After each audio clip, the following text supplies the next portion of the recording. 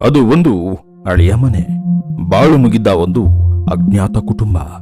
ಆದ್ರೆ ಮನೆಯೊಳಗಿನ ಒಂದು ಕನ್ನಡಿಯ ಕತೆ ಮಾತ್ರ ಇವತ್ತಿಗೂ ಜೀವ ರೀತಿಯಲ್ಲಿದೆ.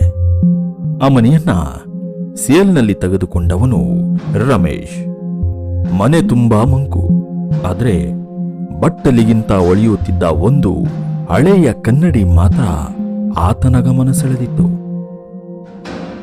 ಅದೇ ದಿನದಿಂದಲೇ ಅವನ ನಿದ್ದೆ ಬದಲಾಗಿದೆ. ಪ್ರತಿಯೊಂದು ರಾತ್ರಿ ಆ ಕನ್ನಡಿಯೊಳಗೆ ಅವನು ನಿಲ್ಲುವುದಿಲ್ಲ.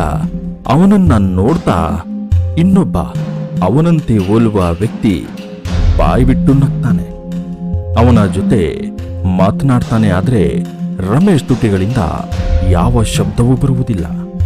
ಒಂದೇ ಒಂದು ದಿನ ಅದು ನಗಲಿಲ್ಲ, ಬದಲಾಗಿ ಕಣ್ಣು ಕೆಂಪಾಗಿ ಹೊಳೆಯುತ್ತಿತ್ತು, ಉಸಿರಾಟ ಕಡಿಮೆಯಾಗಿತ್ತು. ಮರುದಿನ ಅತ್ತ ಮನುಷ್ಯನೆಂದೇ ಕಾಣಲಿಲ್ಲ.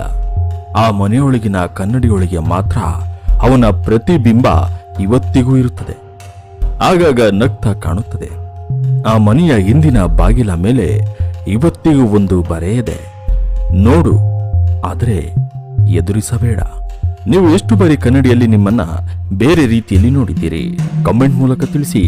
ಈ ರೀತಿಯ ಕನ್ನಡ ನಿಗೂಢ ಕಥೆಗಳಿಗೆ ಲೈಕ್ ಮಾಡಿ, ಫಾಲೋ ಮಾಡಿ.